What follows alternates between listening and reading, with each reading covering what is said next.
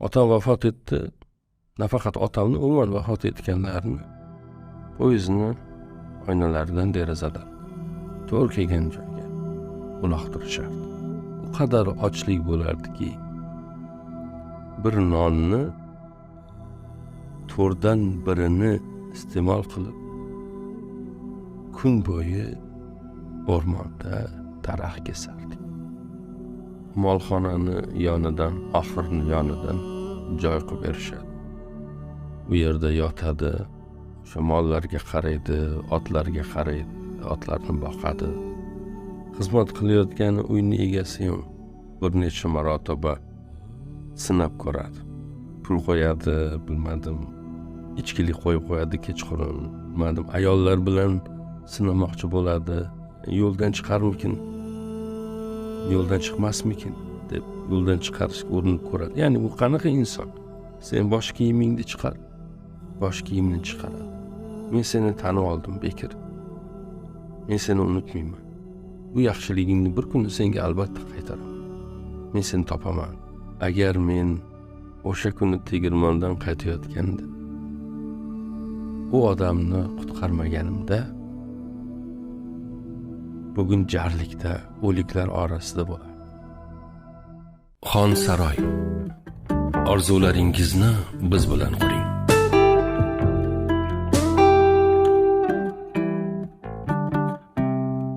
Birinchi dunyo urushidan o'zini ixtiyori bilan orqaga chekkan davlatlardan biri bu Rossiya.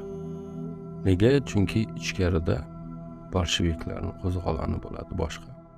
Ichidagi muammolarni hal qilish uchun rus qo'shini Birinchi jahon urushidan o'z roziligi bilan orqaga chekinadi. Qaytarkan ruslarga asir tushgan, urushda asir tushgan turk millatiga oid juda ko'p insonlarni o'zlari bilan birga olib ketishadi. U asirlar orasida bir o'g'il va uni otasi bor edi. Ular bir qism yo'lni piyoda yurib borishadi va keyin ularni poyezdlariga solib Rossiya to'proqlariga qarab olib ketishadi. Yo'lda ketarkan poyezdda bir kasallik tarqaydi. Va juda ko'pchilik asirlar nobud bo'lishadi. Nobud bo'lganlar orasida bugungi hikoyamiz qahramonining otasi ham bo'ladi. Hikoyamiz qahramoni aytadiki, otam vafot etdi. Nafaqat otamni, umuman vafot etganlarni poyezdni oynalaridan derazadan to'g'ri kelgan joyga uloqtirishardi. Men otamni uloqtirishayotganda qo'llarim bilan qo'llarimni cho'zdim va qamchi bilan, qo'lidagi qamchi bilan qo'llarimga urdi. Qayerga ketganini bildim. Ya'ni otadi qayerligini ham bilmaymiz, qayerga tushganini ham bilmaymiz. Ya'ni yer yuzini qayeri u yer. Otamizni o'ligi tushgan joy yer yuzini qayeri hech bilish imkoni yo'q deydi. Oradan bir necha yillar o'tgandan keyin qahramonimiz endi bu paytga kelib rus tilini o'rgangan, o'rmonda daraxt kesarkan, o'sha poyezdda qo'llariga urgan askar bilan ro'baro bo'ladi. Askar aytadi, o'shanda men seni qo'lingga urdim, ammo men seni otangni qo'yib bormaysan, tashigani qo'ymaysan, bizga qarshilik qilasan deb o'yladi. Shuning uchun qo'lingga urdim deganda qahramonimiz aytadiki, biz musulmonmiz. Biz qo'llarimiz bilan qo'yamiz o'liklarimiz qabrning ichiga. Men xuddi otamni o'ligini deylik qabrga qo'yayotganday sekin nima qilish uchun, qo'yib yuborish uchun nima qildim, sen qo'limga urding deb aytdi. Men bilmabman, men go'yo seni otangni o'ligini qo'yib yuborishni istamayapsan, menga qarshilik qilyapsan deb o'ylaganim uchun seni qo'llaringga urdim, aybga buyurma deydi. Qahramonimiz aytadi, bu paytga kelib ochlikdan va yoki kasallikdan 3000 dan ortiq asirlardan bor yo'g'i 200 dan ortig'i 300 ga yaqini hayotda qolganlari aytganimizdek yo ochlikdan va yoki kasallikdan olamdan o'tishdi deydi. Qolgan 300 ga yaqin odam ham juda og'ir sharoitlarda ishlashga majbur bo'lardik. O'sha Sibirdagi o'rmonlarda daraxt kesardik. Chorak nonga. Ya'ni nonni to'rtdan bir qismi bizga beriladi. Shu sababdan hozirgi Ramazonlar biz uchun bayramday. Ya'ni Ramazondagi saharlik, iftorlik, ya'ni bu ochlik biz uchun ro'zani tutib insonni och qolishi bu bir go'yoki bir to'qlik bo'lib qolgandaymiz. U qadar ochlik bo'lardiki, bir nonni to'rtdan birini iste'mol qilib kun bo'yi o'rmonda daraxt kesardik. Bir yil davomida shunday ishladik. O'sha nonda to'rtdan birini istang ertalab iste'mol qiling, istang peshinda, istang uxlashdan oldin, hech farqi yo'q. Undan boshqa sizga hech narsa berilmaydi.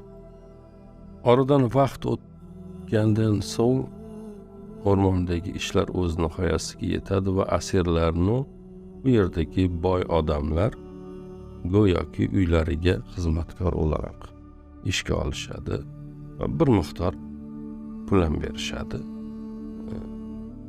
Bizni qahramonimizni ham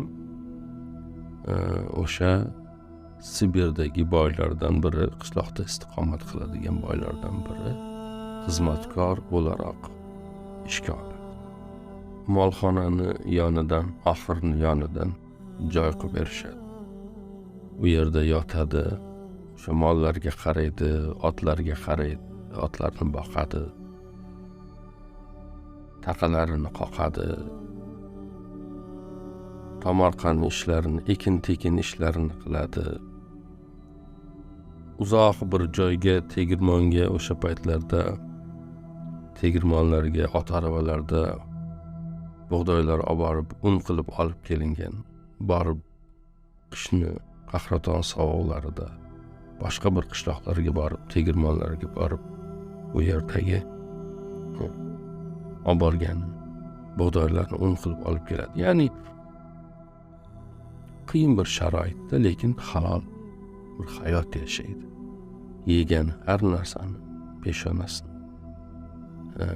terisi bilan ishlab topadi, halol bo'ladi.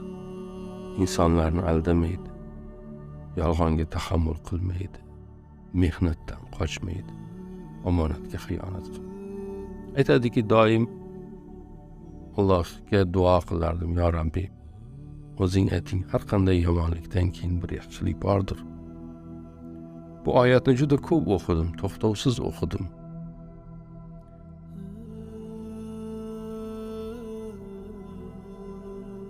Va qaytishni orzu qilardim. U yerdagi obro'yim, u yerdagi bilmadim, ishlarim ancha yo'liga tushgandi. Endi odamlar menga bir asirdek qaramasdi. O'zlarini bir mahalladoshlaridek qaradi. Men ishchi bo'lib ishlayotgan xonadonam menga bir qulday yo bir asirday yo bir kelgindidek qaramasdi. Endi ular menga insonday muomala qilishardi. Chunki u yerdagilar bu odamni, qahramonimizni halolligi, boshqasini bilgandan keyin o'z-o'zidan ularni ham bunga asir sifatida emas, endi munosabati inson sifatida bo'lishga majbur edi. 2,5 yillik qishloqdagi, Sibir qishloqlaridan biridagi hayotdan so'ng qahramonimiz u qishloqda mashhur bo'ladi. Bu ham 2 metr kelishgan yigit, baquvvat, halol, sof, pok. Birov ichganini, birovga yomonlik qilganini birov ko'rmagan. Aytadi, arqonni u qadar otarkanki, otgan joyiga tushirarkan, boyaga kavboylarning kinosida bo'ladi, aylantirib otlarni ushlash uchun. Nega? Chunki ot boqadi. Otlar bilan doimiy nima qilgani uchun, band bo'lgani uchun ularni o'sha mingi deydi, yovvoyi otlarni o'sha iplar bilan ushlab uni insonga o'rgatadi. Biz uni mingi qilindi deymiz, ya'ni minishga o'rgatadi. Insondan qo'rqmaydigan bo'ladi. Ya'ni u qadar mergan bo'lib ketadiki, ya'ni ip otishda hammani hayron qoldiradigan darajada. Ammo har doim bir hayotda bunday tinch ketmaydi, har doim bir muammolar chiqadi, to'g'rimi? Qahramonimizning hayotida ham shunday bo'ladi.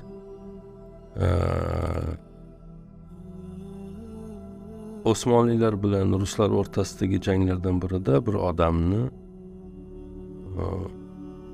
o'g'li turk askarlari tomonidan o'ldirildi.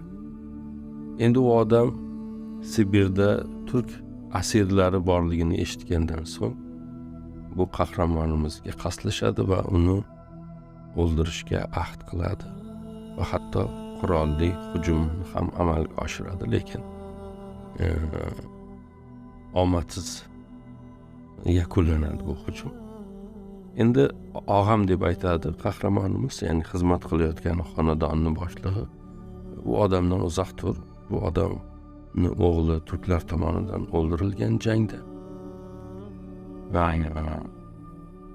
qasdini olmoqchi, seni o'ldirishi mumkin, iloji boricha uni ko'ziga ko'rinma deydi, boshqa. Endi Allohning taqdiri u qadar ajoyibki, bir kuni keladi, bu odamni, ya'ni o'g'li uchun qasd olmoqchi bo'lgan odamni bizni qahramonimiz o'limdan saqlab qoladi, asrab qoladi. Kunlardan bir kun qishloqda odamlar, endi qishloqning atrofi botqoqliklardan iborat. Xabar tarqaydiki, botqoqda qishloqdagilardan biri botib qolyapti, botib boryapti va uni hech kim qutqara olmayapti. Qahramonimiz ham otiga o'tiradi, chopib boradi. Qarasa, u o'sha uni o'ldirmoqchi bo'lgan odam botqoqlikda botib ketyapti. Qo'l oyoqlari botqoqning ichida, mana shu yerigacha, bo'ynigacha botqoqning ichida hech kim qutqara olmayapti. Borib uni qutqarishga ham hech kim harakat qila olmayapti, chunki nima, u ham botib ketib qolishi mumkin. Ip otishyapti, boshqa qilishyapti, hech qo'l bo'lmagandan keyin qanday qiladi? Qo'llari ham botqoqning ichida. Botayotgan odam. Qahramonimiz ot ushlab va ip otishda usta bo'lib ketmaganmi? Bir otadi, yoniga tushadi, ikki otadi, bismillah deb otadi. Shu og'zini oldiga keladi ip.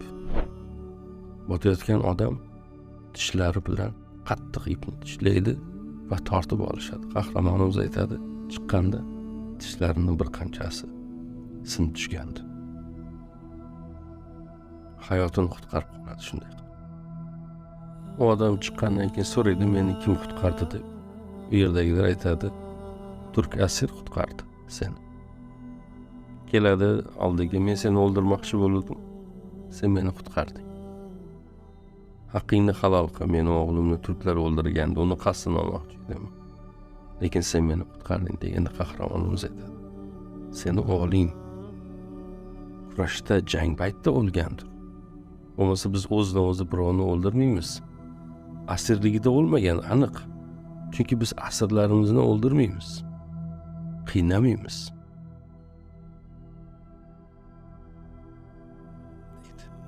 Keyin odam aytadi, endi bundan keyin seni qo'riqching bo'laman men, ya'ni senga bir ziyon beradigan bo'lsa, endi sen menga aytgin, men uni tanobini tortib qo'yaman deydi. Do'st bo'lib qolishadi. Xizmat qilayotgan uyning egasi ham bir necha marotaba sinab ko'radi. Pul qo'yadi, bilmadim, ichkilik qo'yib qo'yadi kechqurun, bilmadim, ayollar bilan sinamoqchi bo'ladi.